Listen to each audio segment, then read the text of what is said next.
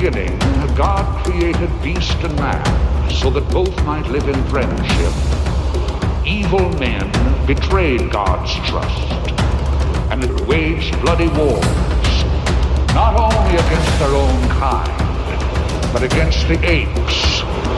Our Savior led a remnant of those who survived in search of greener pastures, where ape and human might forever live in friendship.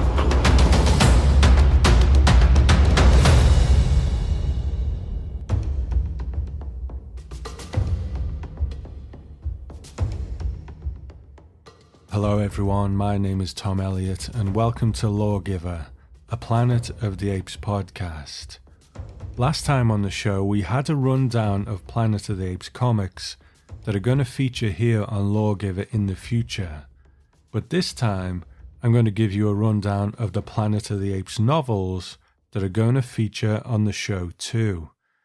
So as with the last show, for Planet of the Apes aficionados, there's probably no surprises here. You will probably know or be aware of most of these books, but I want Lawgiver to be accessible for the new Planet of the Apes fans as well, the fans that might have came on board because of the new movies and want to see what's out there for the series as a whole. And tonight's list is a mixture of novelizations of the movies and television shows and tie-in novels. Novelizations are a slightly curious thing these days because it still happens now, but back in the day when home media was rare or non-existent, the novelization was a way of taking that experience that you had at the movie theatre home with you. You might not have been able to watch the movie on your TV for years to come, but at least you could read the story again. But novelizations came with some strange quirks of their own. A novel takes time to write, so they were often based upon a script or treatment given to the novel writer quite early on in the process. But then as the movie gets made, it evolves, parts get rewritten, things get edited out, so quite often the novelization ended up being quite different to what ended up on the screen. But even if the novel writer's story ended up being pretty much the same as the movie story, a certain amount of license by the writer to expand scenes or add in extra scenes makes the novelization an experience in and of itself, beyond just being a retread of the movie. And then there are of course tie-ins, the books that aim to expand what we see on the screen, sometimes in the way of prequels or sequels, or as we'll see with Planet of the Apes, sometimes stories that are going on while the movie is going on. But of course we need to remember that this whole phenomenon started with a novel with no other intentions than just being a standalone story in the bibliography of Pierre Boulle. The novel was of course 1963's Planet of the Apes, or Monkey Planet, depending on your territory. And I've said before that I'm not necessarily going in chronological order with Lawgiver, but when it comes to my novel coverage, I think it's only proper, so a deep dive into the original novel will be one of the first things I do here on Lawgiver. And as any self-respecting ape fan knows, there are several differences between the novel and the first Planet of the Apes movie. But that said, the 1968 movie, despite the differences, was supposed to be an adaptation of that novel, which would probably explain why there is no novelization of the first Planet of the Apes film. So when we're talking about the novels that I'm going to be covering in the future, I'm going to go out of novel release order to kind of keep them chronological with the movies. So as I said, there is no novelization of the first film, but there are tie-ins that were written many years later. In 2011, Andrew Gaska wrote a beautiful, hardbacked illustrated novel called Conspiracy of the Planet of the Apes. As we know, George Taylor wasn't the only astronaut on the Icarus that landed on the ape planet. One of the others was John Landon. And Conspiracy not only gives us backstory on Landon, but it also tells us what was happening with him while we are watching Taylor's adventures. And it also introduces some elements that would come into play in a future movie that we don't see in that first movie. And at the time of recording, you can still pick up copies of Conspiracy for a decent price over in the US, but it's a little bit more hard to come by here in the UK. And next on our list is another book by Andrew Gaska, 2018's Death of the Planet of the Apes. And again, Gaska is tying this book into the fabric of what we see in the first movie, but also what is to come next. As we know, apart from briefly at the beginning of the film, we don't see Taylor until near to the end of the second movie, Beneath the Planet of the Apes. And when we do, he's clearly been involved in something else of his own. So as well as giving us backstory to Taylor from before the first film, Gaska fills in the blank of what was happening to Taylor while Brent was going through his ordeal in the second movie. And I'm very open to the approach from these two books because the narrative of those first two films really gives opportunities to flesh out other parts of the story that we don't see. It's been a while since I've read either of them, but I'm really looking forward to digging back into these two books. So like I said, those two books are heavily tied into the first two movies, but the next four films in the Ape series all got their own novelizations. Beneath the Planet of the Apes in 1970 by Michael Avallone, Escape from the Planet of the Apes in 1973 by Jerry Pournelle, Conquest of the Planet of the Apes in 1974 by John Jakes, and Battle for the Planet of the Apes in 1973 by David Gerrold. I'll be diving into all of those titles in the future, but what I will say is if you don't want to hunt down those old paperbacks, and to be honest they're not hard to find, in 2017, in the run-up to the 50th anniversary of Planet of the Apes, Titan Books released 4 omnibus editions of previously released Apes novelizations, and all 4 of these movie adaptations can be found in the first 2 of those omnibuses. So like the comics, at times it can get a little confusing where all of these Apes novels and novelizations fit together, but where those 4 omnibus editions really help you out is that if you buy all 4 of them, you have a large chunk of your Apes novel collection complete in those 4 volumes. Then there's only a few other things that you need to buy to get them all, because volume 3 of those omnibus editions collects 4 novelizations of the 1974 live-action TV show written by George Alex Effinger. So there is the matter of how the TV show ties into the movies, and we'll get into that one day down the line. But in terms of novelizations, there were 4 novelizations of the TV show released, but each of those 4 novelizations are adaptations of 2 episodes of the show. Still with me? So for example, the first novelization is called Man the Fugitive, and that is a novelization of the episodes The Good Seeds and The Cure. But let's try and put that to one side so it doesn't get too confusing. Basically, if you want to get the novelizations of the TV show, you are looking for Man the Fugitive, Escape to Tomorrow, Journey into Terror, and Lord of the Apes. And just to make things even more confusing, the episodes that these 4 novels collect aren't adapted in order of the TV show. But considering the episodic format of that show, I don't think it's really a big deal. So your next block of novels is a trilogy of books written by William Arrow that puts us in yet another continuity, the continuity of the animated series Return to the Planet of the Apes. But just to add to the confusion again, if you buy the original versions of those books, the covers depict live-action apes. So you would be forgiven for thinking that they tied into the movies or the live-action TV show, but they don't. So the 3 books in this case are called Visions from Nowhere, Escape from Terror Lagoon, and Man the Hunted Animal, and each of those is an adaptation of 3 episodes of the animated series.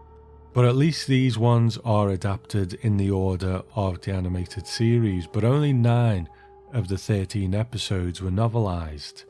So again, if you are a collector who likes to own the original print editions, then they're out there and they're not too hard to find. But if you're just happy to have the stories, Volume 4 of the 2017 Omnibus editions has all 3 of them collected, so you're covered. So before we leave the world of the original Apes movies, in 2017 an anthology book called Tales from the Forbidden Zone was released, and it had stories from the likes of Andrew Gaska, who wrote The Conspiracy and Death of the Planet of the Apes books, and also the great Rich Hanley, who wrote the brilliant non-fiction books The Sacred Scrolls, Bright Eyes Ape City, and also the timelines and lexicons of Planet of the Apes. So the stories in this anthology, Tales from the Forbidden Zone, are set in the original movie's timeline. But one of the things that really sticks in my memory is that at least one of these stories, possibly more, play with a what-if type format. And my favourite story in the whole thing asks the question, what if after the first movie, Taylor just went off with Nova and lived his life elsewhere, and the events of Beneath the Planet of the Apes never happened? So I really recommend this volume, and one that I can't wait to get back into. Now, one thing that is also included in Volume 2 of the 2017 Omnibus editions is the novelization of Tim Burton's 2001 Planet of the Apes. And Tim Burton's movie spawned not 1, but 2 novel trilogies set in that universe. There is a junior novel trilogy by John Whitman and an adult novel trilogy by William T. Quick, and each of those trilogies starts with an adaptation of Tim Burton's movie. And as you heard me say in the Comics Checklist episode, I am fascinated by the spin-off material from Tim Burton's Planet of the Apes, because that revival of the franchise ended up being a franchise killer. So any of this spin-off material is all there is that continues or expands that story. There's nothing to contradict it, and there probably never will be. So you have this fascinating little self-contained universe in a handful of comics and novels. So Whitman's novel series for young people, as I said, began with a novelization of the movie, but it continued with 2 books, Planet of the Apes Force and Planet of the Apes Resistance. And Force was set 12 years before the Tim Burton movie and features younger versions of movie characters. For example, Attar was a teenager being trained for the military. And then the second novel features Dina, who was played by Estella Warren in the film, fighting for the underground human resistance, alongside Ari, who was played by Helena Bonham Carter. Now, there was due to be a 3rd novel called Planet of the Apes Rule that was apparently written but never published due to poor sales, and there was an outline for a 4th novel called Extinction that was never written. So I guess by this point they realised that their franchise restart wasn't really getting the traction that they wanted. So to complete your collection of children's adaptations, all you need is the junior novelization and then Planet of the Apes Force and Planet of the Apes Resistance. And these are often a bit harder to find than a lot of the Apes books, and I'm looking right now at an eBay listing that puts the Young Person's trilogy at about £100. So if you do see Force and Resistance especially around for a decent price and you are a Planet of the Apes completist, then you should probably snap them up.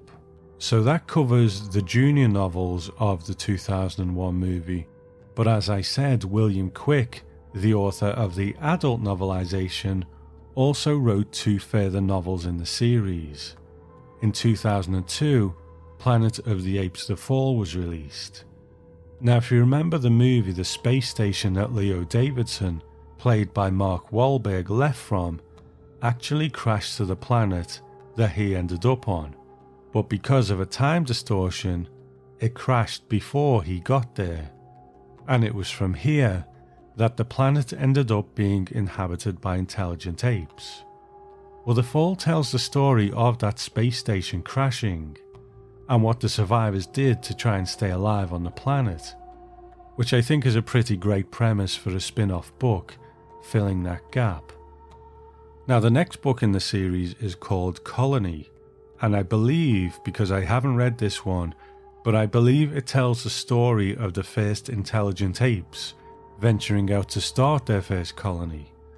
And what intrigues me is that Quick seems to be expanding the wildlife of the planet beyond the apes, but also introducing other sci-fi aspects.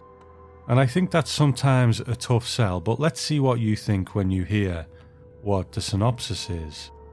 On the Planet of the Apes wiki it says, a race of intelligent primates makes the distant world of Ashlar their home. Over the years their numbers grew, needing more room. The colony sent scouts into the unknown land beyond. But by venturing forward, the apes were encroaching upon hostile ground, where creatures dwelt that could rip an adult simian to pieces in less than an instant. Monstrous reptilians whose incredible savagery was equalled only by their awesome brain power. To venture into their midst was almost certain doom, but to remain behind would be suicide, because another foe was lurking in the shadows, the enemy called man, and in the ruins of a crashed human starship, a hideous melding of brain, flesh and metal lived on, waiting, plotting, refusing to die as long as a single ape drew breath on the planet. So interesting stuff. Now, I own both of these books. I believe I read the first one, but it's so long ago that I can't really recall any details. So I'm looking forward to seeing where they take this unique little corner of the Planet of the Apes universe. But for you completists out there, only the adult novelization of Burton's movie is included in those omnibus editions, so The Fall and Colony you will have to find on your own, and I believe they're still pretty available. You won't have to spend too much on these two, but it's one of those things I think it's always worth grabbing hold of them because realistically no one is ever going to return to this part of the Apes universe. Now, some people might think that's for the best, but I can only see this spin-off material getting rarer and rarer because no one is ever going to reprint these. So finally we get to the modern age of the apes for the Rise, Dawn and War trilogy starring Andy Serkis as Caesar. Strangely, there is no novelization of Rise of the Planet of the Apes, but the next two films are better served. There might not be a novelization of Rise, but there is a prequel to Dawn called Firestorm, and it's written by Greg Keyes. So that serves as a bridging book between Rise and Dawn, and it deals with the rise of the simian flu, but also the government's attempts to cover up the ape uprising on the Golden Gate Bridge. And then after Firestorm there is the novelization of Dawn of the Planet of the Apes by Alex Irvine, and then Greg Keyes writes another bridging novel, this time between Dawn and War, and it's called Revelations. And that tells the story of Caesar's son trying to find somewhere for the apes to live, but also some backstory on Woody Harrelson's character, Colonel McCulloch. And then to cap things off, there is the novelization of War of the Planet of the Apes by Greg Cox. Before we leave that era, there is one more book that you might want to add to your collection, and that's called Caesar's Story, and it's written from the point of view of Maurice, Caesar's ever-dependable, calm and intelligent orangutan ally. So that should complete your modern Planet of the Apes novel collection, and I know it can get a little confusing, so I will put a list in the show notes of what is available. Now, I've often thought the Planet of the Apes fans are just as passionate as fans of any other property, but the fandom does exist a bit more under the radar than things like Star Wars. So while we might want more and more Apes product to consume, there is a certain benefit to having less sometimes. If you look at the Star Trek and Star Wars tie-in novels, and they are two properties that I love, if you wanted to go back and reread the whole catalogue of novels, first of all you'd have to find them all, and then to actually read them it would probably take you years, because there's just so many. But as we see from this list, the Apes novels are more contained. It's easier to read them through and then reread them through and pore over those details which we love to do as fans, and then have those conversations about them. So that is the second checklist of things that I'm going to be covering here on Lawgiver. And the point of these was just to give a bit of a foundation and to give new Apes fans an insight into just what is out there. So I look forward to digging into these books, and I hope you will join me here on Lawgiver, a Planet of the Apes podcast.